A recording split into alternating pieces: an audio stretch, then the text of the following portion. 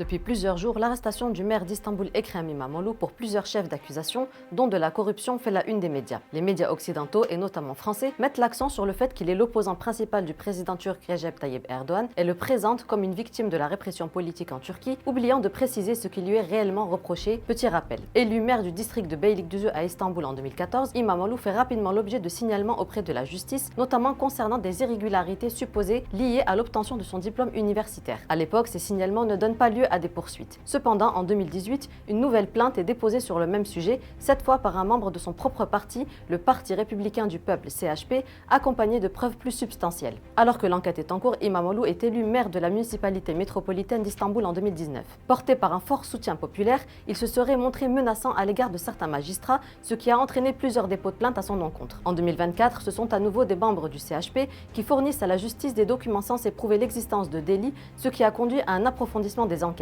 Entre-temps, son diplôme universitaire est annulé pour cause d'obtention illégale. En effet, après avoir échoué à intégrer une université en Turquie, İmamoğlu s'inscrit dans une université privée en République turque de Chypre du Nord. Il réussit ensuite à transférer son inscription vers une université publique en Turquie, une procédure jugée irrégulière. En tout, 28 personnes ayant bénéficié du même mécanisme de transfert perdent également leur diplôme cette année-là. Concernant les accusations de corruption, il faut souligner que le budget de la municipalité d'Istanbul dépasse celui de 14 ministères turcs. En 2024, une vidéo de vidéosurveillance fuite dans la presse, montrant des membres du CHP comptant d'importantes sommes d'argent liquide. Le parti justifie cet argent en expliquant qu'il a servi à acheter le siège du CHP à Istanbul, une grande partie de la transaction ayant été réglée en espèces pour, selon leur dire, éviter une fiscalité trop lourde. Par ailleurs, entre 2020 et 2024, İmamoğlu aurait acquis plus de 117 biens immobiliers sans jamais pouvoir justifier l'origine des fonds. Parmi ces acquisitions figurent 3 villas dont la valeur unitaire est estimée à plus de 50 millions de dollars. L'affaire prend une dimension particulière lorsque l'on considère le soutien immédiat qu'a reçu İmamoğlu de certaines figures politiques de l'Occident. Parmi eux, Geert Wilders, un dirigeant du parti d'extrême droite néerlandais,